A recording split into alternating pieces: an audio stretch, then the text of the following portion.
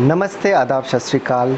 मैं ज़ीशान और आज आपके सामने बहुत ही सीरियस टॉपिक लेके आया हूँ। एक्स्ट्रा मैरिटल अफेयर, अवैध संबंध। हम सबको पता है कि सोसाइटी में ये बहुत तेज़ी से पनप रहा है, बहुत तेज़ी से सोसाइटी में आता जा रहा है और अब ये कॉमन होता जा रहा है। ज़्यादातर हम देखते हैं कि न्यूज़ में सुर्खियाँ बनी रहती है कि फ़लाना एक्टर या फ़लाना एक्ट्रेस का किसी और के साथ चल रहा है, उनका डिवोर्स होने पा रहा है और ज़्यादातर डिवोर्स और सेपरेशन का कारण ही पड़ रहा है एक्स्ट्रा मैरिटल अफेयर और ये कॉमन होता जा रहा है। इसके पीछे रीज़न्स क्या हैं? बहुत ज़्यादा रीज़न्स होते हैं। जो सबसे पहला रीज़न होता है वो होता है पास्ट इम्प्रेशंस। हमारी जो लाइफ होती है, धीरे धीरे चेंजेस आने लगते हैं, लाइफ में चेंजेस आने लगते हैं और हम एक टाइम के बाद लाइफ में बोर भी होने लगते हैं, अपनी लाइफ से या मैरिज लाइफ से बोर होने लगते हैं। तो उसमें लाइफ में अपने स्पाइस लाने के लिए, थोड़ा सा चेंज लाने के लिए हम एक ऐसे बंदे को ढूंढते हैं जो हमारा केयर करने लगता है। जो चीज़ बाहर हमारे लाइफ में कमी होती है वो हम उसको बाहर से ढूंढने लगते हैं और हम उसमें फंस जाते हैं। तो आपका कोई ऐसा फ्रेंड्स या जिसको हम बहुत अच्छा मानते हैं वो लाइफ में ऐसे बीच में आ जाता है और यहाँ से शुरू हो जाता है। जिसको आप बचपन से जानते हैं, आपका एक्स कोई होता है, लेकिन जब आपकी लाइफ गड़बड़ चल रही होती है, आपके बीच में मनमुटाव चल रहा होता है, तो उसकी जो एंट्री होती है वो उसको बढ़ा देता है और हम धीरे धीरे ना चाहते हुए भी हम उसमें इंडल्ज होता है। हमें पता भी नहीं होता है कि हमारे जो लाइक्स होते हैं, जो मिलते होते हैं, उस वो और बढ़ जाते हैं और जब पता चलता है तब तक काफ़ी लेट हो जाता है, उसको निकलना बहुत मुश्किल होता है। दूसरा कारण होता है inability to share your mind. हम बॉडी तो शेयर कर लेते हैं बट माइंड शेयर नहीं कर पाते। हमारे क्या पर्सनल इंटरेस्ट है, क्या कॉमन चीज़ें हैं, वो हम लोग को पता ही नहीं रहता है। इवन हमारे पास टॉपिक पे बात करने के लिए कोई एक टॉपिक नहीं जिस पे हम बात कर सकें, क्योंकि दोनों के पर्सनल इंटरेस्ट एकदम टोटली अलग है और अपनी चीज़ें हम शेयर भी नहीं करना चाहते हैं। वाइफ का प्रियोरिटी होती है कि बच्चों को देखना या कोई और प्रियोरिटी हो सकती है। हस्बैंड की प्रियोरिटी होती है पैसे कमाना, उसी में फोकस लगा रहता है, वो ठीक है, लेकिन एक कॉमन फैक्टर होना चाहिए जिस पे हम लोग बात कर सकें। और घर में आते हैं, ऑफिस से आए, टीवी भी देखा, खाना खाया, सो गए, फिर आए, ऑफिस चले गए और वाइफ भी अपना काम किया, ये चीज़ उसी में इतने ज़्यादा बिजी हो जाते हैं लाइफ में, इस चीज़ का टाइम ही नहीं मिलता, तो लाइफ हमारी बोर होने लगती है। तो आपको अपना माइंड भी शेयर करना बहुत ही ज़रूरी है। तीसरी चीज़ होती है आपकी सेक्स लाइफ। ज़्यादातर सोसाइटी में क्या हो रहा है आजकल, हम लोग काम के लिए इतने ज़्यादा बिजी हो गए हैं कि हम एक जगह नहीं, दो जगह शिफ्ट काम कर रहे होते हैं, अपना बिजनेस में इतने ज़्यादा इंडल्ज होते हैं कि अब हमें बाहर जाना पड़ता है और ज़रूरी भी, लेकिन आपको मेंटेन करना बहुत ज़रूरी होता है।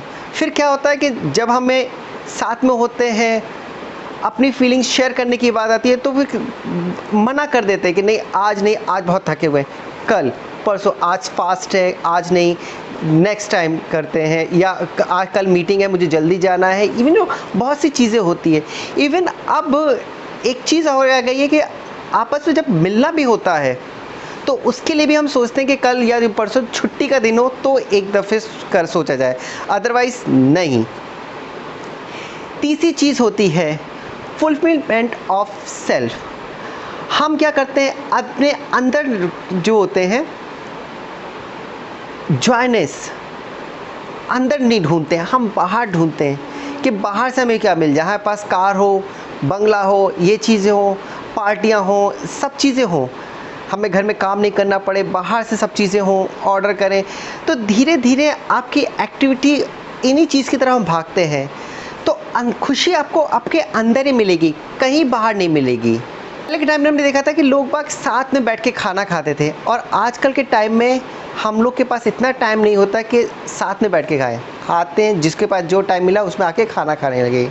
ये भी बहुत ही ज़रूरी है कि एटलीस्ट एक टाइम आप लोग साथ में बैठ के खाना खाएं, साथ में चीज़ें शेयर करें। जो पार्टनर है उसके साथ एक बेस्ट फ्रेंड वाला रिलेशन बनाइए कि उस दोनों के बीच में कोई तीसरा बंदा आने का गैप ही ना हो, आप चीज़ें शेयर करिए। एक होता है कि हम लोग की शुरुआती जो होती है शादी की, वो ही गलत होती है। अर्ली मैरिज में शादी कर ली, सपने कुछ और होते हैं, और बाद में जब रियलिटीज़ फेयर में आते हैं तब पता चलता है कि लाइफ थोड़ी अलग है, जो सोचा जाता है वो नहीं होता है। मैच्योरिटी बाद में आती है, तब हम चीज़ों से कॉम्प्रोमाइज़ करना होता है। या कभी कभी होता है कि हम लोग जो शादी भी करते हैं वो भी बेनिफिट्स के मारे करते हैं कि इससे शादी कर लेंगे हमारा ये हो जाएगा, या हम लोग का बिज़नेस इंटरेस्ट है, अगर हम करेंगे तो अपने बिज़नेस को बढ़ा सकते हैं। और चीज़ें हम नहीं देखते, बैकग्राउंड नहीं देखते, थिंकिंग नहीं देखते, हम वो करने लगते हैं। दूसरा होता है कि हम ऑफिस में या किसी के साथ एक रिलेशन बनाते हैं, बॉस के साथ कर ले तो प्रमोशन मिल जाएगा, या इनके साथ एक जिसमें लालच होता है। लालच का अंत लालच का बहुत बुरा होता है। तो हमें देखना चाहिए रिलेशन भी हमें बहुत अच्छा सा मेंटेन करें। और एक और जो बहुत बड़ा होता है कि आपको इमोशनली सपोर्ट, जब आपको घर में इमोशनली सपोर्ट नहीं मिलता, आपका हस्बैंड का नहीं मिलता, तो हम बाहर खोजने लगते हैं। या वाइफ का सपोर्ट नहीं मिल रहा, इमोशनली सपोर्ट नहीं मिल रहा, आपकी वाइफ जो साथ का जो पार्टनर है वो एक दूसरे को सपोर्ट नहीं करते हैं, और बात भी करते हैं तो पता चलता है कि आपस में लड़ाइयाँ हो जाती हैं, और फिर वो डिसाइड करते हैं कि एक मौन, अपने आप को चुप रखें। उसका क्या होता है, जो मौन की जो खामोशी की जो मार होती है वो बहुत बुरी होती है। एक और बहुत बड़ा रीज़न है वो होता है रिवेंज। कभी कभी क्या होता है कि हस्बैंड और वाइफ की रिलेशन इतने ख़राब होने लगते हैं तो उसमें रिवेंज लेने का आ जाती है कि बदला लेना है। जो एक्स्ट्रा मैरिटल अफेयर जो हो रहे हैं वो होते हैं रिवेंज की वजह से 90%, कि कैसे अपने जो पार्टनर है उसको नीचा दिखाएं। एक और बहुत बड़ा रीज़न है वो होता है पर्सनल फाइनेंस। रोटी, कपड़ा और मकान, ये तीनों की रिक्वायरमेंट होती है। जब इनको पूरा नहीं कर पाते तो बहुत बड़ी प्रॉब्लम्स क्रिएट होती है। अगर हस्बैंड नहीं कमा पा रहा है या पैसा नहीं है, दिखते बहुत हैं, तो बिलीव मी जो आपकी जो पार्टनर है वो ही उसमें एकदम लाइफ में जहर घोल देंगे। वाइफ का काम होता है, मैं अगेंस्ट में नहीं हूँ, लेकिन वाइफ का काम होता है घर को संभालना, हस्बैंड का काम होता है बाहर को देखना, पैसे का अरेंजमेंट करना, फाइनेंस करना। जब दोनों एक दूसरे की ड्यूटी नहीं कर पाते तो प्रॉब्लम्स क्रिएट होती है।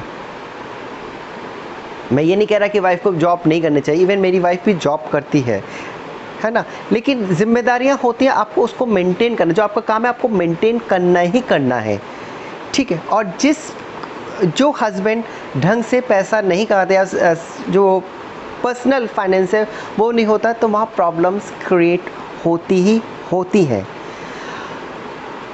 एक और सबसे बड़ा कारण है करियर ग्रोथ को लेके। हस्बैंड अपना करियर ग्रोथ को लेता है, लेकिन अगर उसके मन में लगता है कि मेरी करियर ग्रोथ मेरे पार्टनर की वजह से नहीं हो पाती, या वाइफ को लगता है कि मैं लाइफ में बहुत कुछ करना चाहती हूँ, मेरा हस्बैंड सपोर्ट नहीं करता है, या शादी से पहले वो जॉब करती है, एकदम शादी करके कहते हैं आपको जॉब नहीं करनी है, तो प्रॉब्लम्स क्रिएट हो जाते हैं। उनकी करियर ग्रोथ भी बहुत ही इम्पॉर्टेंट है। आप लोग बैठ के बात करिए, शेयर करिए कैसे कर सकते हैं, और सजेशन मांगिए अपने पार्टनर से, और देखिए बिलीव में आपको अच्छा लगेगा, क्योंकि मेन जो जेंट्स का होता है फोकस होता है करियर ग्रोथ को लेकर, कैसे अपने एक्सपेंडिचर को बढ़ाएं, अपने सोर्स ऑफ इनकम बढ़ाएं, कैसे क्या कर सकते हैं। तो उसमें वाइफ का काम है कि उसको और सपोर्ट करके हाँ ऐसे कर, अपना सजेशन दें कि इस तरह से हम कर सकते हैं। या हस्बैंड की भी ड्यूटी है, जब वाइफ भी कुछ करना चाहती है कि नहीं तुम्हें भी कुछ करना है, उसको सपोर्ट करें। बिलीव में बहुत अच्छी बॉन्डिंग होती है, और जहाँ पे करियर ग्रोथ को लेके बातें नहीं होती वहाँ पे बहुत ज़्यादा प्रॉब्लम्स होती हैं। और याद रखिएगा, इंटरनल और एक्सटर्नल दोनों जगह चेंजेस होते हैं। आपको वो चीज़ करना है और अपने आप को अप टू डेट करना है। जहाँ पे ग्रोथ जो होती है वो नेगेटिव भी होती है, पॉजिटिव भी होती है, लेकिन होती रहती है और हर चीज़ में ग्रोथ होती है। कोई एक ऐसी चीज़ नहीं जिसमें ग्रोथ नहीं होती हुई है। अगर आपकी पॉजिटिव ग्रोथ नहीं हो रही है, बिलीव मी, नेगेटिव ग्रोथ अपने आप होने लगेगी। और नेगेटिव होती है तो उसमें डिप्रेशंस और एंजाइटी काफ़ी चीज़ें आने लगती है। तो और भी बहुत से रीज़न्स हैं, इन रीज़न के बिहाफ पे हम उसको प्रॉब्लम्स को सॉल्व कर सकते हैं। नेक्स्ट टॉपिक में मैं बताऊंगा कि साइन क्या है और इसको कैसे, प्रॉब्लम्स को अगर है तो उसको कैसे उसको सॉल्व कर सकते हैं। Thank you so much.